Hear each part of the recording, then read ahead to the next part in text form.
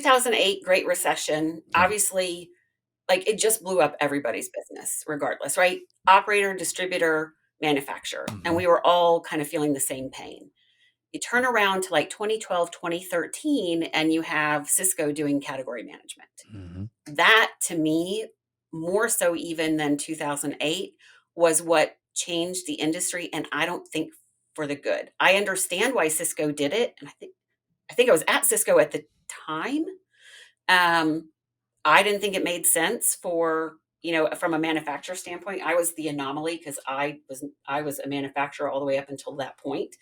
But I also understood, because I understood how hard it was to make money as a distributor, that they had to do something. Hmm.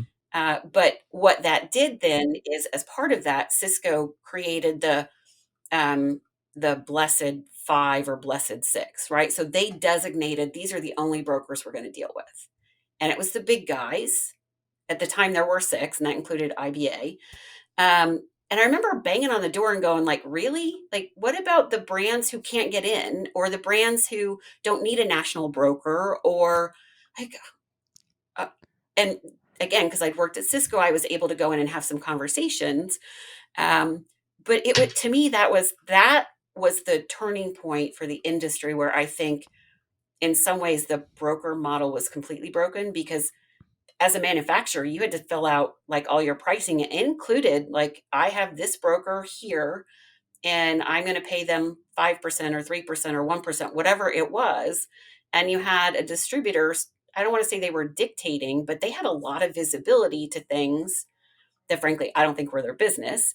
I would argue there are a lot of manufacturers, especially ones that are new to food service, that want to get into the discussion like, well, what's the distributor's margin? It's none of your business. Hmm. Their contract is with the operator. Your contract is with them. Like that's your contract. Right. But that to me put so many of the little guys out of business that weren't, or forced consolidation that didn't need to happen. Because if you didn't have a national broker, you couldn't deal with Cisco. Hmm. And then you follow that up with the cutting edge solutions and the scoop. And then you had distributor consolidations. I'm trying to think what else. Well, and then obviously you get to COVID. And then, Yeah. like, to me, COVID was honestly, it accelerated all the things that needed to happen Hmm. that nobody was talking about.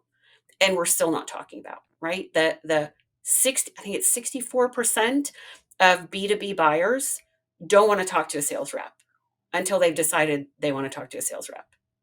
Oh, I didn't They know. want to be able to go get everything they need online. Yeah.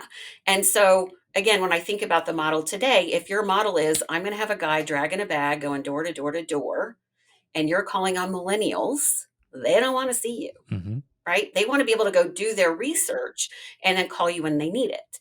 And I'm not saying that's for everyone or it's the only way to do it. But again, I don't think the industry has stopped, at least at the higher levels, to think about their model from the customer's point of view.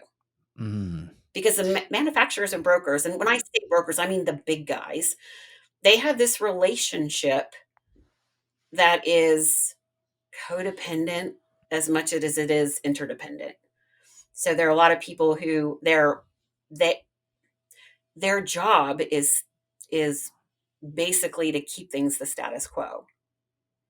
And people don't like change. Hmm. Humans don't like change. That's right. But if your customer is now a millennial and not a boomer, and they like technology and they want to work from home 2 days a week, or, fill in the blanks, and they have a consumer that doesn't want things the way they used to get it and they want to have it delivered, or like all the things. And I just don't think the models have changed enough to accommodate the change in behavior.